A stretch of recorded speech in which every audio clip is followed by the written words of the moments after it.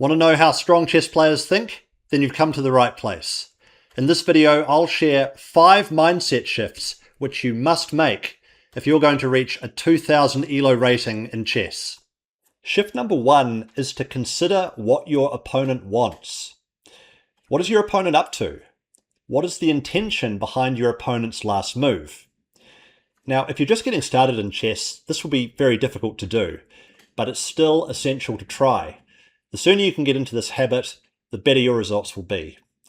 To illustrate this, I've got a position from Alyakin versus Jonna, 1934.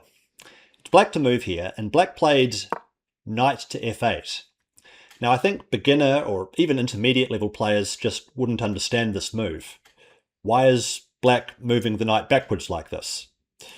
Well, black's idea, as I think will be clear to more advanced chess players, is to bring the knight eventually to g6, from where it's better placed. So once you understand what your opponent's plan is, the next step is to think about what is the best way to fight against it. There's a few options. One way is to play h5.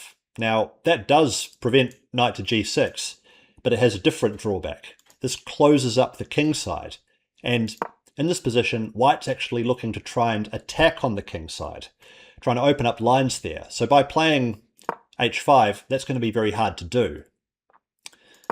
Alyakin found a much cleverer way to prevent knight to g6 by playing knight to f5.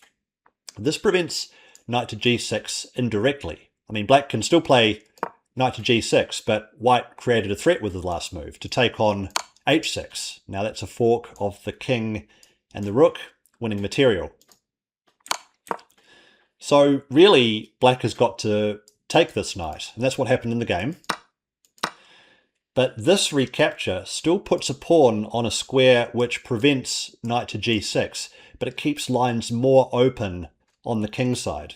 Therefore, it's a stronger way for white to play. Just see a couple more moves. It's not really about what happened next, because white's already got what they wanted. But you can see that now white's rooks have come over to the king side, and at any moment white can open up lines at a time of their choosing, which is what eventually happened.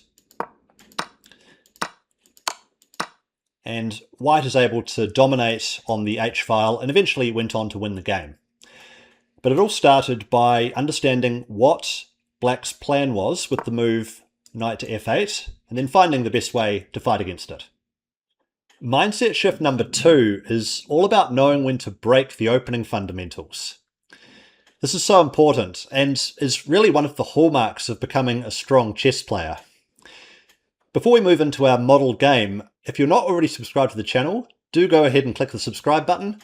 There's plenty more great chess content in the pipeline from me, so by subscribing you won't miss out on any of the future videos that I'm preparing for you. Now this position comes from Tarrasch versus Mises, 1916. It's a theoretical position from the French defense, but in this position, black played an inaccuracy. Black played b6. Now the intention behind this move is clear, to play bishop to b7, putting the light squared bishop on the long diagonal. Now, as we're starting out in chess, we're taught certain things. We're taught the fundamentals. Things like don't move the same piece twice in the opening, get all of your forces developed before moving pieces for a second time. But the real skill, of course, is knowing the exceptions to these general rules. If chess could just be played by general rules, well, it wouldn't be a very interesting game, would it? No, there are always exceptions to these rules, and Tarrasch noticed one here. He played knight to e5, moving the knight for a second time, instead of, for example, a move which I think many players would play if they were just simply following the opening fundamentals, something like bishop to e3 or bishop to g5, or maybe rook to e1. These are obvious, natural moves, but when there's something better, then of course you should do that. Don't follow the opening fundamentals blindly. The thing about knight to e5 is that it creates a threat, because now knight to c6 is threatened. If black goes ahead and plays bishop to b7, well, that does prevent knight to c6, but then there's a different threat. Bishop to b5 check. And now black can't really play c6 to block because, well, that square is just attacked twice by white. Let's just show that. White can simply take, and win material. So after bishop to b5 check, actually black's best move is to play king to f8. And it's understandable why black wouldn't want to do that, forfeiting castling rights. But after knight to e5, if black castles straight away, as happened in the game, well then knight to c6 comes, and you'll see that white's going to be able to win the important dark squared bishop from black. Let's see how this transpires. So queen to d6 was played. Of course, the queen had to move.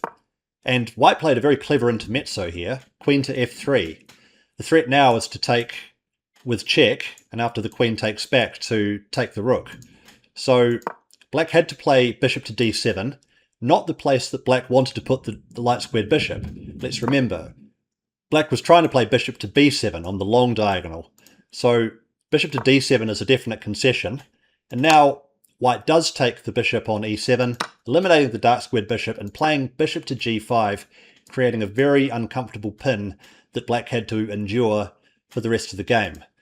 There were further ideas like queen to h3, and then eventually taking that knight to threaten h7. That's actually how the game transpired. You can check the rest of the game yourself if you like, but the main thing I wanted to get across here was that even in the opening, we have to have our eyes open. We don't just play the opening fundamentals blindly.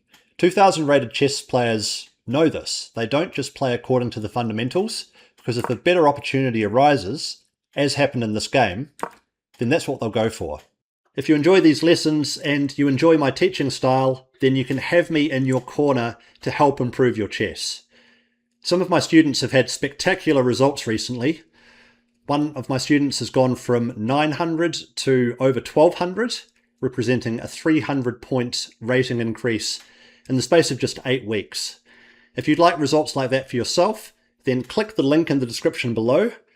I've recently updated the information on the page, by the way, so there's a lot more now on the Road to 2000 Chess Improvement program, including my own chess improvement journey, how we can work together, and all the other details that you need to know. So click the link if you have interest, and let's improve your chess together. Mindset shift number 3 is don't stop calculating until there are no more forcing moves. This is very often a problem for players at the below 2000 ELO level. They cut off their calculation too early. And it used to be a problem for me as well. And actually, we're going to illustrate this with one of my own games.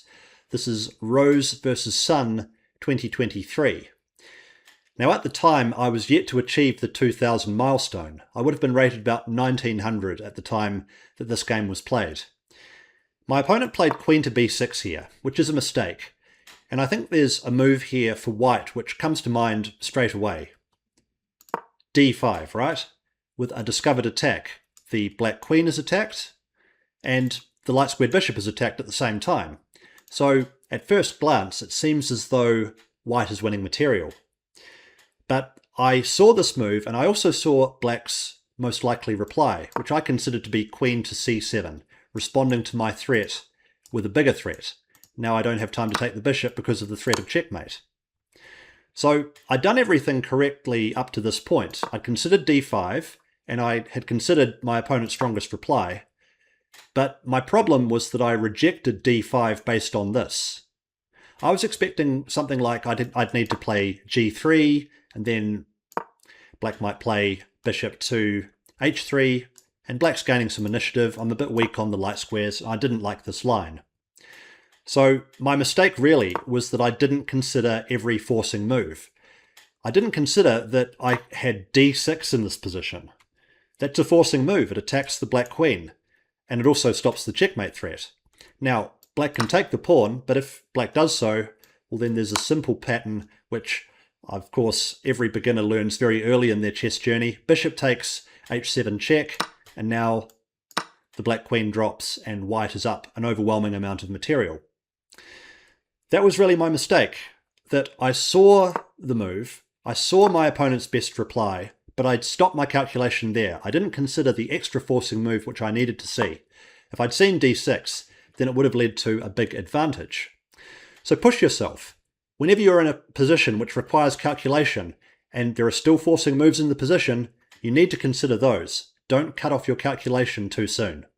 Mindset shift number 4 is to play with the initiative, particularly if you've sacrificed material in order to gain an attack. It's one of the greatest tragedies in chess when a player makes a correct sacrifice only to make the wrong follow-ups and to have their attack fizzle out. We don't want that to happen to you, so let's study the game Balavinets versus Chistiakov 1938. If you notice here, white has actually got an extra minor piece. 2 white minor pieces versus 1 black minor piece. But white's king is in some danger. So after king to e3, black needs to be active here. Black needs to keep creating threats and play with the initiative. And black did this with rook to c4. This is the right way to play, creating concrete threats. Notice the rook can't be taken because of the pin, and it also introduces the threat of queen takes d4. So white's got to respond to this. White played queen to f4, trying to defend with everything he's got, but then another forcing move, rook to g4. And now this is becoming extremely difficult for white. All these extra pieces are coming in towards the attack with tempo. The best move for white here is a very tough one to find, and that is queen to f6, actually giving up the knight, arguing that although in the resulting position white is a pawn down, at least white is not losing decisive material or getting checkmated straight away. But you can understand why white didn't want to go for this. Instead, in this position, under pressure, white blundered with knight to e2, a very easy mistake to make, and actually makes quite a bit of sense, answering the threat against the queen with a threat against the black queen. But after black's reply, white had to resign rook to e4. The point is the bishop can't take this because it's still pinned, and if it's taken by the queen, well then black is able to take with check. So there's not time to take the black queen, and white's position is in ruins. But I think what we saw there was the right way to play when you're down material and when you're on the attack. It's always about adding pieces into the fire with threats, forcing moves, attacking, initiative. That's the right way to play when you're on the attack. Mindset shift number 5 is what I call killer quiet moves. These are moves which lower rated players very rarely consider, but to 2000 rated players are much more natural. I'm going to demonstrate this with a sideline from Bogolyubov versus Capablanca 1924.